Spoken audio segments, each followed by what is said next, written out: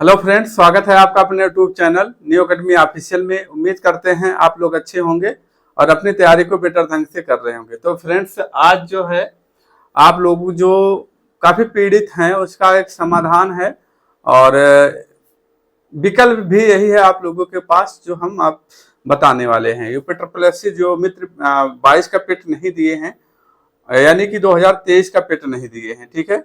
यानी कि वीडियो है 22 का पेट जो दिया था, 23 का नहीं दिया था, ठीक है। और मंत्री जी का बयान क्या था उसको हम बताएंगे और अब क्या करना है उसको बताएंगे, ठीक है।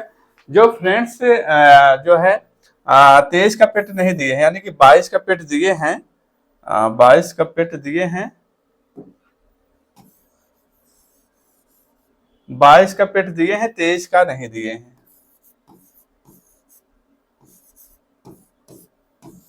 ठीक।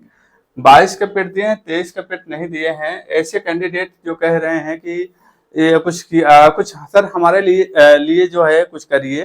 तो फ्रेंड्स, आप लोगों के लिए जो है कोई तरीका अब नहीं बचा है। जो फ्रेंड्स 2023 का पेट नहीं दिए हैं, आप एजीटीए में एलिजिबल नहीं हो सकते हैं।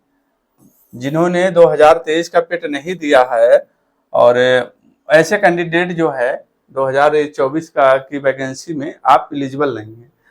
अब जैसे कि आप मान लीजिए कोर्ट केस जाते हैं पेट के इस संबंध में कि हमने सर 2022 का पेट दिया था, किन्हीं कारणों 2023 का पेट नहीं दे पाया है, ठीक है।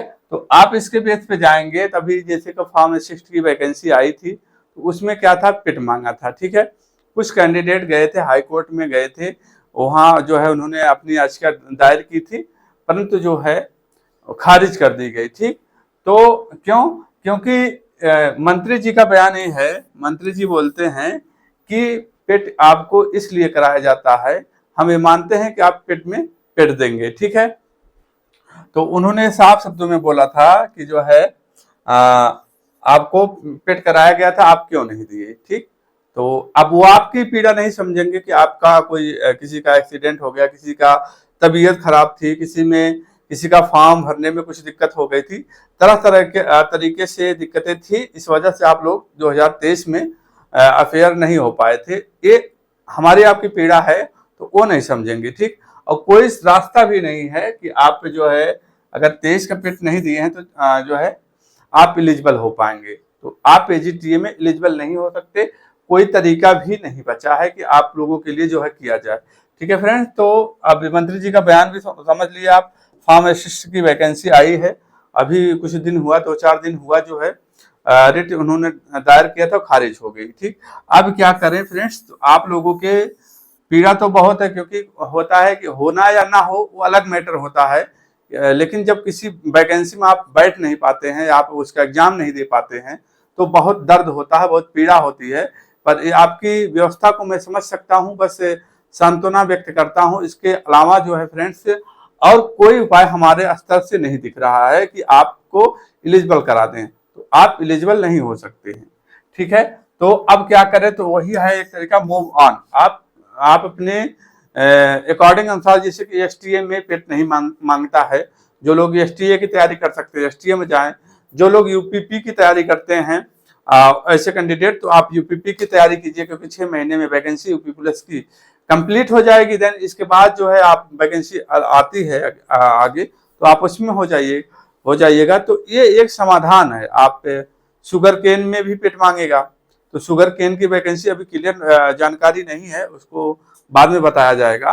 तो इस तरीके से आप और कहीं, यानी कि मूव ऑन। अब जो पेट नहीं दिए हैं, तो जो लोग एलिजिबल हैं यूपीपी में, आप यूपीपी की तैयारी कीजिए, ठीक है। जो लोग एसटीए में, जैसे एसटीए में तो बीएससी एमएससी मांगता है, डीएचओ की पोस्ट पे जो है डीएचओ की पोस्ट आती है, तो आप जो है एलिजिबल है, ठीक। तो आप अपने अनुसार, अब आप में क्या एलिजिबिलिटी है, क्या योग्यता है। जैसे कि किसी की हाइट नहीं है तो आप पुलिस में नहीं जा सकते।